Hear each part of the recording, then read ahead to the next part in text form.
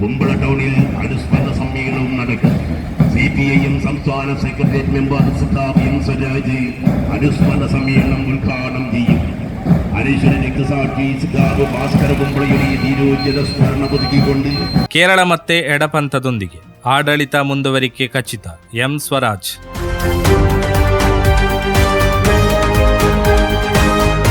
ಕೇರಳ ಮತ್ತೆ ಎಡಪಂಥದೊಂದಿಗೆ ನಿಂತಿದ್ದು ಮುಂದಿನ ವಿಧಾನಸಭಾ ಚುನಾವಣೆಯಲ್ಲೂ ಬಹುಮತದೊಂದಿಗೆ ಆಡಳಿತ ಮುಂದುವರಿಯಲಿದೆ ಎಂದು ಎಂ ಸ್ವರಾಜ್ ಹೇಳಿದ್ದಾರೆ. ಕುಂಬಳೆಯಲ್ಲಿ ನಡೆದ ಭಾಸ್ಕರ್ ಕುಂಬಳೆ ಅವರ ರಕ್ತಸಾಕ್ಷಿ ದಿನಾಚರಣೆ ಕಾರ್ಯಕ್ರಮವನ್ನು ಉದ್ಘಾಟಿಸಿ ಮಾತನಾಡಿದ ಅವರು ರಾಜ್ಯದ ರಾಜಕೀಯ ಪರಿಸ್ಥಿತಿಯನ್ನ ವಿಶ್ಲೇಷಿಸಿದರು. 2021 ಚುನಾವಣೆಗೆ ಮುನ್ನವೇ ಕಾಂಗ್ರೆಸ್ ಪಕ್ಷವು ಮುಖ್ಯಮಂತ್ರಿ ಯಾರು ಆಗಬೇಕು ಎಂಬುದನ್ನು ತೀರ್ಮಾನಿಸಿಕೊಂಡಿತ್ತು ಎಂದು ಅವರು ಟೀಕಿಸಿದರು. 2.5 ವರ್ಷ ಉಮ್ಮನ್-ಚಾಂಡಿ ಹಾಗೂ ನಂತರದ ಅವಧಿಯಲ್ಲಿ ರಮೇಶ್ ಚೆನ್ನಿತ್ತಲ ಮುಖ್ಯಮಂತ್ರಿ ಆಗಬೇಕು ಎಂಬ ಯೋಜನೆ ಕಾಂಗ್ರೆಸ್ನದ್ದಾಗಿತ್ತು. ಆದರೆ ಮತ ಎಣಿಕೆಯಲ್ಲಿ ಹೊಸ ಇತಿಹಾಸ ನಿರ್ಮಿಸಿ LDF ಮತ್ತೆ ಅಧಿಕಾರಕ್ಕೆ ಬಂದಿದೆ ಎಂದು ಹೇಳಿದರು.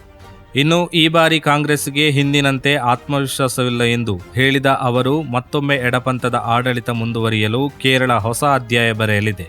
ಬೇರೆ ರೀತಿಯ ಜನಮತದ ಸಾಧ್ಯತೆ ಕಾಣುತ್ತಿಲ್ಲ ಎಂದು ಅಭಿಪ್ರಾಯಪಟ್ಟರು. ರಾಜ್ಯದಲ್ಲಿ ಪಿಂಚಣಿ ತಡೆ, ಶಾಲೆಗಳ ಮುಚ್ಚುವಿಕೆ, ಪಾಠಪುಸ್ತಕಗಳ ವಿಳಂಬ, ವಿದ್ಯುತ್ ಕಡಿತ, ನೇಮಕಾತಿ ನಿಷೇಧ ಅಥವಾ ಸಮುದಾಯದ ಗಲಭೆಗಳು ನಡೆಯುವುದನ್ನ ಜನರು ಬಯಸುವುದಿಲ್ಲ. ಎಡಪಂಥ ಹೊರತುಪಡಿಸಿ ಕೇರಳಕ್ಕೆ ಬೇರೆ ಮಾರ್ಗವೇ ಇಲ್ಲ ಎಂದು ಸ್ವರಾಜ್ ಹೇಳಿದರು.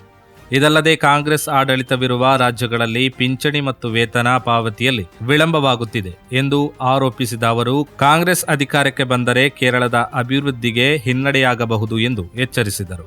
ಕೇರಳದಲ್ಲಿ ಬಿಜೆಪಿ ಅಧಿಕಾರಕ್ಕೆ ಬರಲು ಅವಕಾಶವಿಲ್ಲ ಎಂದು ಹೇಳಿದ ಅವರು ಸಮುದಾಯ ಆಧಾರಿತ ರಾಜಕಾರಣದ ಬಗ್ಗೆ ಜನರು ಎಚ್ಚರಿಕೆಯಿಂದ ಇರಬೇಕು ಎಂದು ಕರೆ ನೀಡಿದರು. ಕಾಂಗ್ರೆಸ್ ವಿರುದ್ಧವೂ ಅವರು ತೀವ್ರ ಟೀಕೆ ವ್ಯಕ್ತಪಡಿಸಿದರು.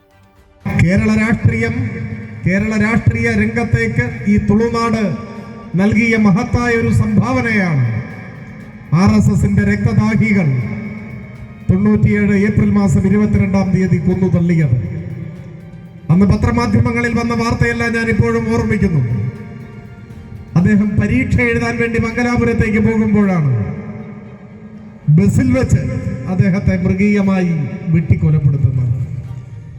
ഒരുപക്ഷെ നമ്മുടെ രാജ്യത്തിന്റെ ചരിത്രത്തിൽ ഇതുപോലെയുള്ള നരഹത്യകളുടെ 100 ഉദാഹരണങ്ങൾ RSSുമായി ചേർത്ത് വെച്ച് നമുക്ക് കാണാനാവും.